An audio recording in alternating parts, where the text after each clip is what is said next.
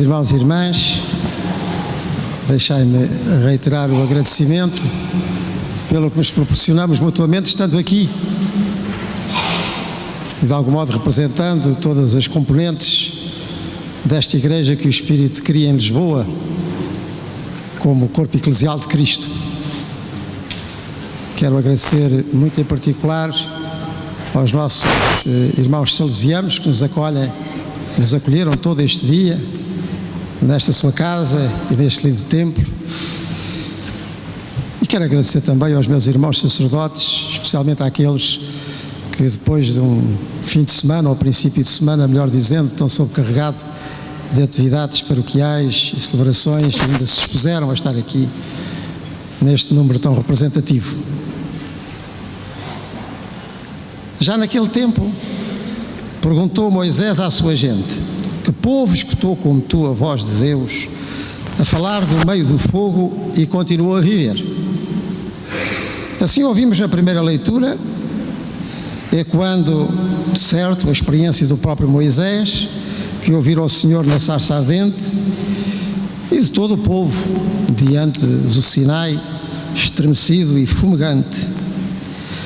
Hoje, como então, não nos seria fácil admitir que um Deus imenso falasse a seres tão pequenos, a não ser porque 2000 anos de Cristo nos ensinaram, e do culto crente para a cultura geral, que Deus pode realmente comunicar-se ao comum dos mortais, usando linguagens e símbolos muito relativos para se comunicar a si mesmo, absoluto que é.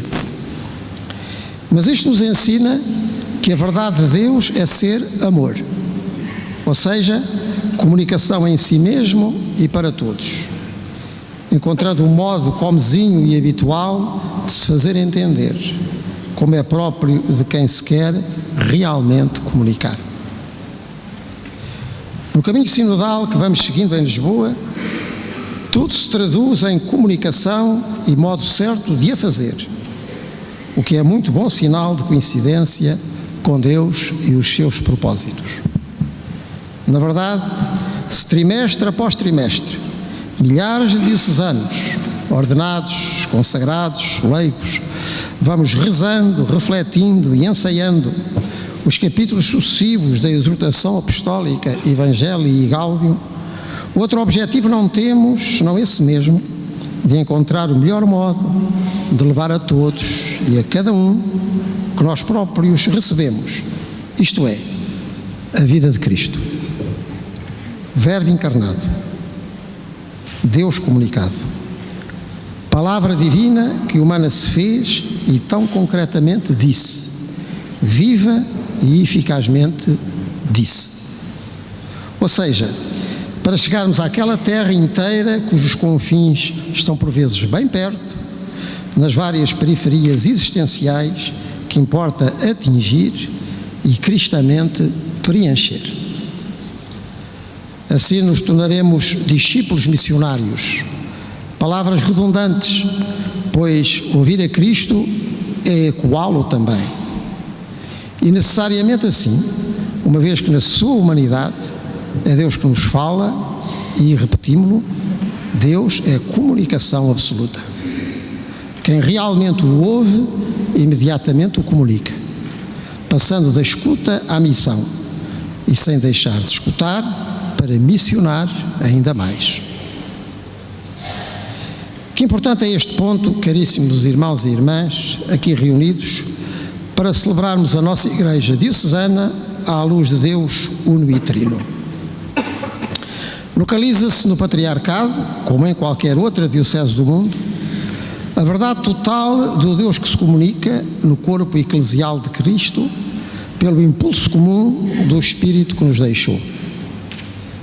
Foi aos 72, isto é, a nós todos, que Jesus disse e continua a dizer: quem vos ouve, a mim ouve. Ouçamo-lo primeiro e logo o comunicaremos também, vivendo e dando a viver as parábolas em que o seu reino se traduz. Mas ouçamo-lo realmente primeiro. Coisa nada fácil em tempos tão mediáticos como os nossos, com o risco de mais nos perdermos num atordoante ruído do que realmente escutarmos alguma coisa ou alguém. Comunicação exige recepção e resposta. Na unitrindade divina isso está absolutamente garantido, pois a vida que está no Pai é inteiramente dada ao Filho, que inteiramente lhe retribui na plena circulação do Espírito.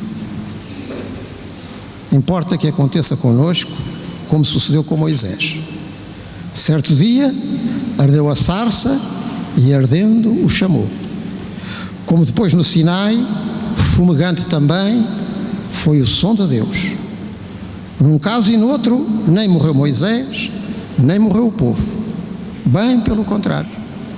Sempre que perdurou a atenção, existiu um povo de Deus.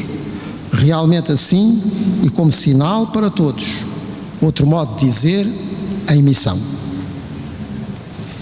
Importante é agora que em cada comunidade familiar, paroquial, consagrada ou outra, demos todo o espaço e prestemos toda a atenção à palavra divina, que arde como fogo, forte e incontido.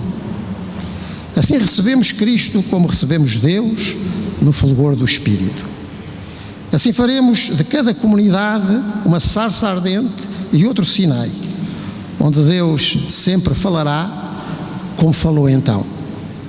Assim temos de ser nós para sermos realmente alguma coisa de Deus para o mundo.